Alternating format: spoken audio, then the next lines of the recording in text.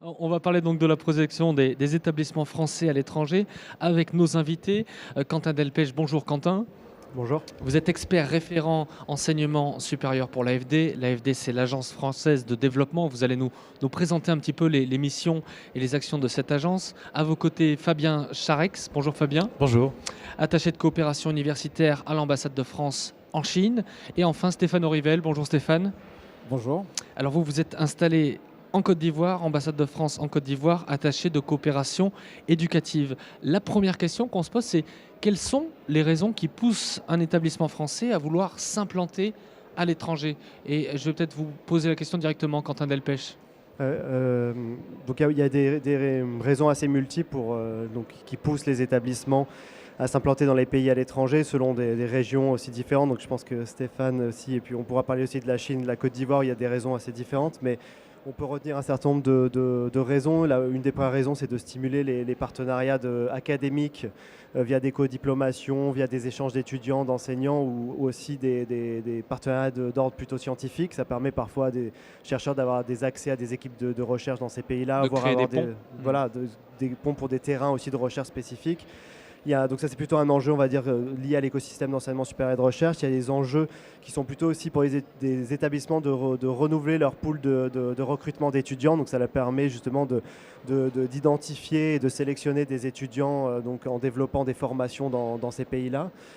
Ça permet aussi pour un certain nombre d'établissements de générer des revenus. Donc s'il y a un modèle économique qui est stabilisé, qui permet justement d'engranger des revenus, c'est un moyen aussi pour ces établissements de rapatrier parfois. Donc c'est pas tout le temps facile. C'est le cas de la Chine. Je pense que c'est parfois compliqué de rapatrier l'argent, mais c'est pas forcément l'objectif. C'est juste d'avoir un modèle de autofinancement développement performant, de la formation. Mhm.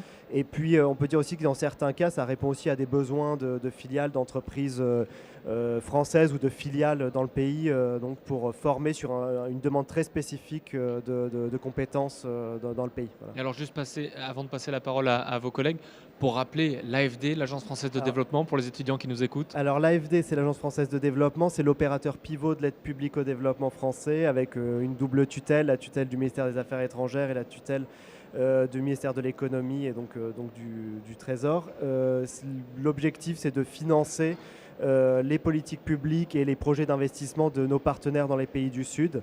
Et donc on intervient en tant que banque via des financements qui vont de prêts à des subventions ou de garanties. C'est vous qui avez l'argent, pour faire simple. C'est nous qui avons l'argent, mais cet argent, il est donné sur requête des pays. Donc ils font des demandes et donc on finance les stratégies de ces pays-là. Voilà. Malik. On sait que l'implantation d'établissements français à l'étranger suscite de nombreux défis.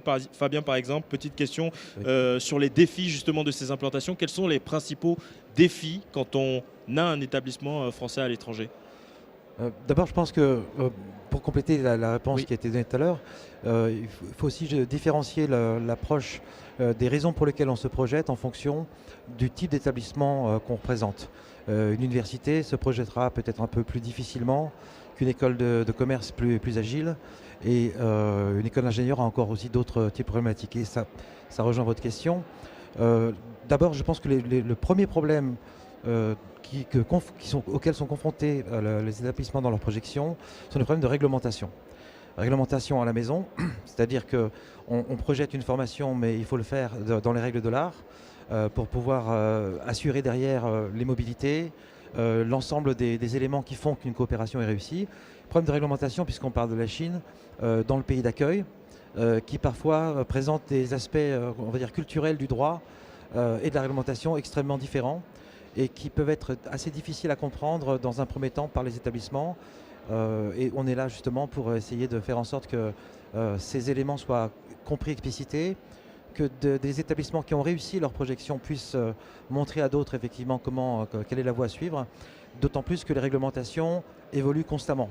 Donc je veux dire, le premier défi, c'est celui-là, c'est rendre compatibles des plateformes réglementaires qui ne le sont pas souvent, pour qu'on assure un fonctionnement pérenne d'institutions qui sont tout à fait liées aux stratégies d'État, liées au changement des réglementations en permanence dans un pays comme dans l'autre. On en a vu des exemples récemment en Chine à propos réglementation sur les permis de travail qui sont très très liés au diplôme. On a vu des changements de réglementation sur le système éducatif. Et donc voilà, c'est ce changement permanent. Avec une certaine agilité d'esprit, puisqu'il faut se remettre en question régulièrement. Stéphane, vous voudrez peut-être compléter la lecture de Fabien ? Je rajouterais effectivement peut-être un point, c'est que une difficulté que l'on rencontre assez régulièrement, ou en tout cas que les établissements signalent assez régulièrement, c'est évidemment la connaissance du pays et des établissements dans le pays où l'on se situe. Ça n'est pas forcément évident d'avoir des informations fiables sur les établissements, la qualité des formations qui y sont dispensées et la coopération des établissements d'enseignement supérieur avec les établissements à l'étranger se base d'abord sur une connaissance qui part souvent des enseignants-chercheurs, c'est-à-dire ce sont souvent des enseignants qui se connaissent, qui travaillent ensemble et qui du coup essayent d'aller un petit peu plus loin. Malgré tout, les raisons qui poussent les établissements à se projeter à l'étranger sont multiples et dans bien des cas, il y a une volonté, par exemple, d'aller augmenter la mobilité des étudiants vers l'établissement, vers la France, par exemple. Et dans ce cas-là, souvent, les questions qui nous sont dites, qui nous sont données, ce sont effectivement quels sont les partenaires fiables, quels sont les partenaires chez qui on va trouver des étudiants de qualité et que l'on a intérêt à attirer chez nous. Donc c'est le rôle aussi des services de coopération dans les ambassades que de servir un peu de point d'entrée, de pôle d'information et d'accompagnement pour ces établissements-là. Donc identifier les partenaires. Vous parliez tout à l'heure des écoles de commerce, des universités, des facultés. Quels sont aujourd'hui sur vos territoires respectifs, en Chine, en Côte d'Ivoire et même peut-être d'avoir votre point de vue à vous, Quentin Delpech, pour l'AFD. Quelles sont les principales formes d'implantation des établissements français dans vos pays ? Alors, Stéphane, pour la Chine, c'est assez Fabien particulier. On a l'implantation la plus légère, qui consiste simplement dans la gestion d'un programme, qui peut être un double diplôme, par exemple, qui ne nécessite pas la présence permanente de structures. S'agissant de la Chine, dès lors qu'on parle de structure d'implantation, on a affaire à la loi chinoise. Et la loi chinoise, elle a encadré dès les années 2000 la coopération sino-étrangère, on va dire, sous une forme triple.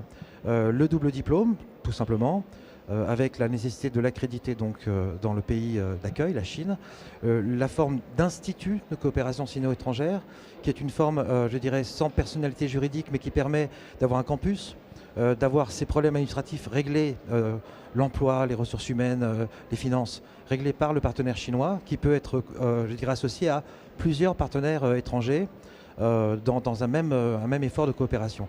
Et le dernier niveau d'unification décrété en Chine et qui détermine la totalité des formes possibles d'implantation des campus légaux, je veux dire, qui se font conformément à la réglementation chinoise, c'est le niveau de l'université sino-étrangère, qui est une entité indépendante et qui, je dirais, aujourd'hui en Chine ne concerne que moins de 10 entités. Voilà. On a des exemples comme par exemple New York University qui s'est installée sous cette forme d'université sino-étrangère. En fait, les diplômes qui sont étudiés et délivrés dans cette entité ne sont ni ceux de NYU, ni ceux de l'université d'accueil qui est l'ECNU. C'est un troisième régime avec une autonomie assez forte.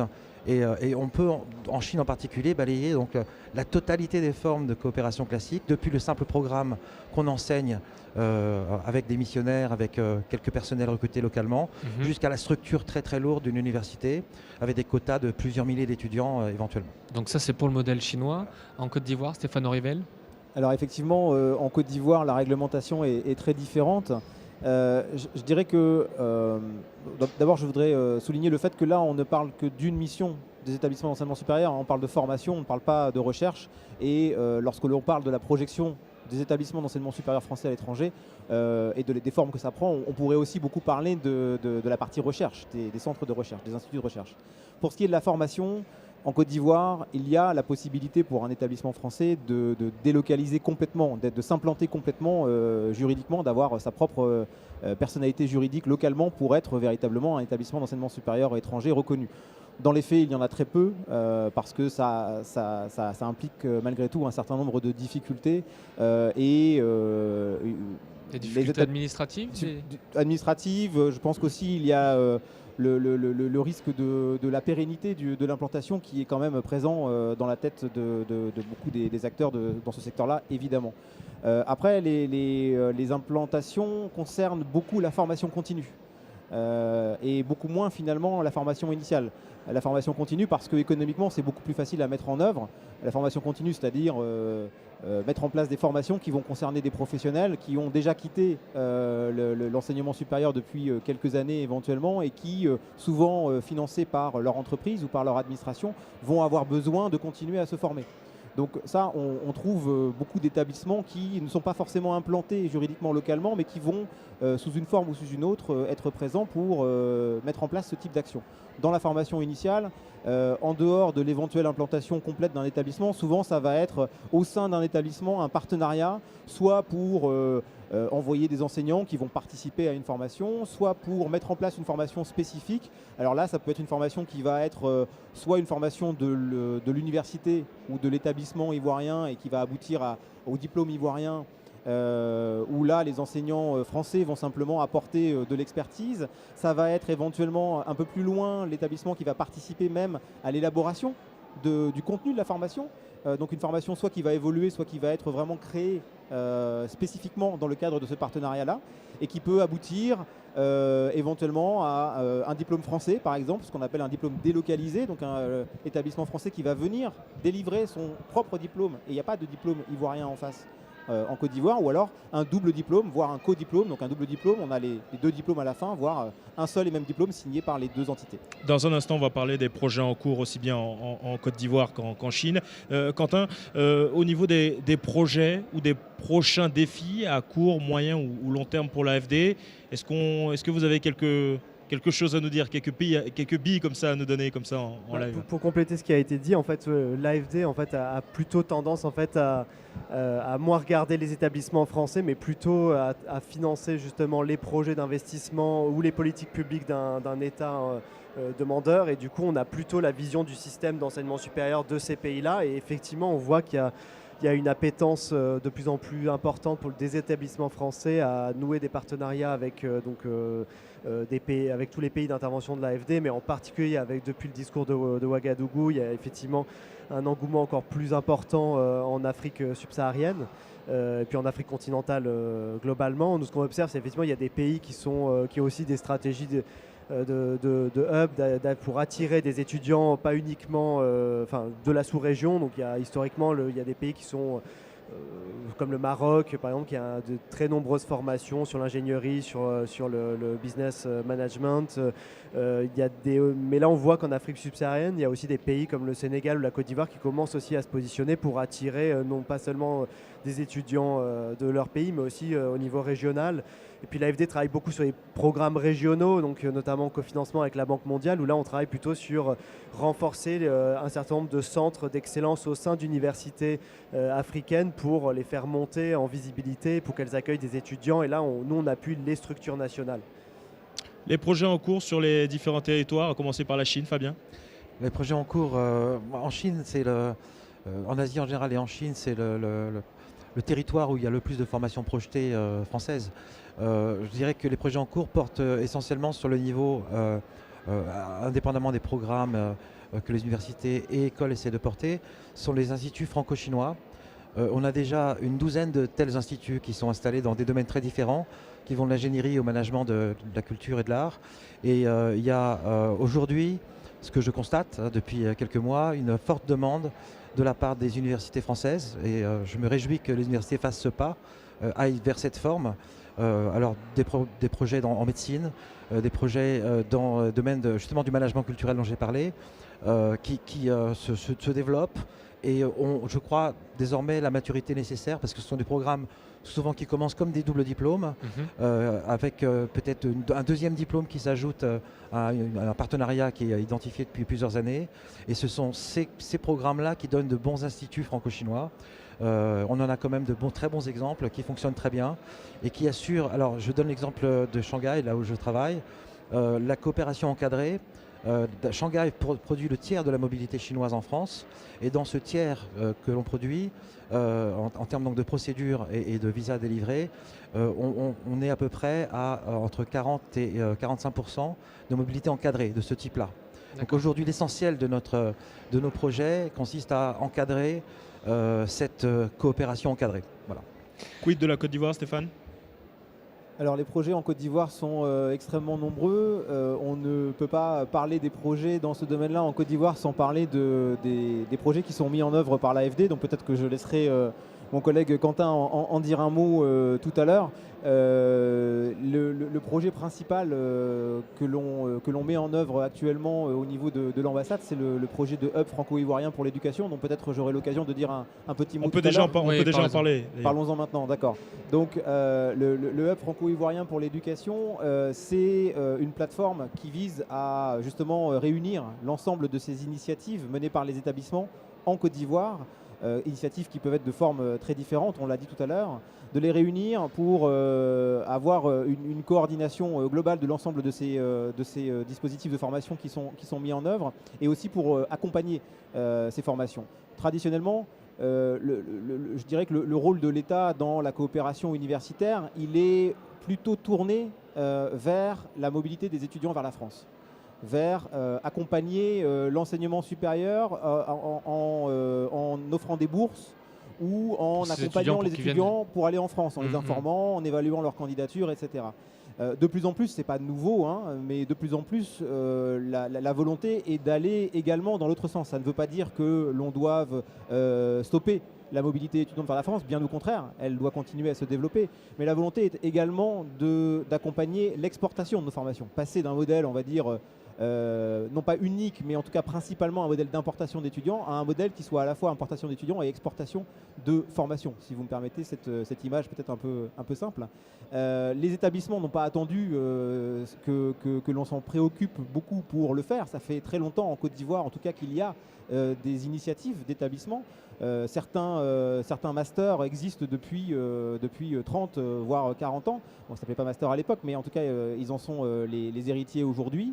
Notre volonté, c'est de pouvoir justement donc réunir l'ensemble de ces formations et puis à partir de ce dispositif de coordination, mettre en œuvre un certain nombre de projets pour accompagner ce mouvement. Il y a énormément de projets d'établissement à établissement en Côte d'Ivoire dans beaucoup de filières. Beaucoup sont appuyés par le contrat de désendettement et de développement dont Quentin pourra peut-être parler après.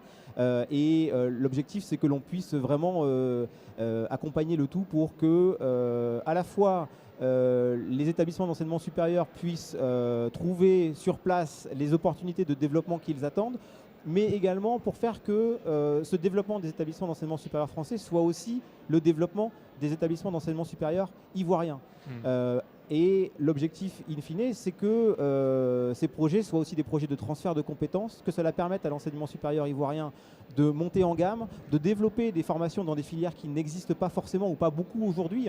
En Côte d'Ivoire, si vous me le permettez très rapidement, on forme principalement des étudiants dans le secteur tertiaire, sciences et économie, gestion, droit, marketing, etc. Or aujourd'hui, les besoins du secteur économique en Côte d'Ivoire sont bien sûr dans ce secteur, mais aussi beaucoup dans l'agronomie, dans les sciences de l'ingénieur, dans le bâtiment et travaux publics, dans des secteurs où il est beaucoup plus difficile d'exporter des formations ou d'accompagner des établissements.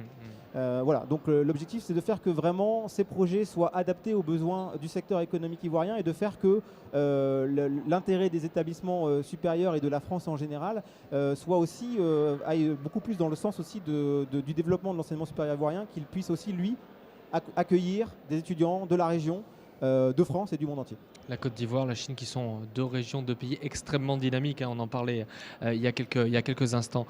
Quentin Delpech, dernière question. Parlez-nous de ce programme avec l'AFD et des différents niveaux d'implantation. Alors le programme en Côte d'Ivoire, c'est effectivement extrêmement emblématique pour l'AFD parce que l'enseignement supérieur est un mandat assez récent pour l'AFD. Ça fait depuis la fin 2018 qu'on a un mandat officiel de nos tutelles pour intervenir sur l'enseignement supérieur. On le fait en complémentarité avec le travail qui est mené toujours par les ambassades françaises, par les SCAC. En Côte d'Ivoire, depuis 2013 et puis en 2015, il y a eu 2 conversions de dette donc, qui ont donné lieu à 2 contrats qui ont permis de financer des secteurs très variés, le développement rural, les transports, l'énergie et en particulier l'éducation et la formation de la jeunesse ivoirienne. Donc il y a 2 contrats qui représentent un peu plus de 300 millions d'euros d'investissement sur tout le continuum éducatif, donc construction d'écoles, réforme du système aussi de formation professionnelle, réhabilitation d'universités et de grandes écoles publiques en Côte d'Ivoire, et puis aussi de la structuration de la recherche. Sur l'enseignement supérieur, ça représente à peu près 100 millions d'euros, un tout petit peu moins.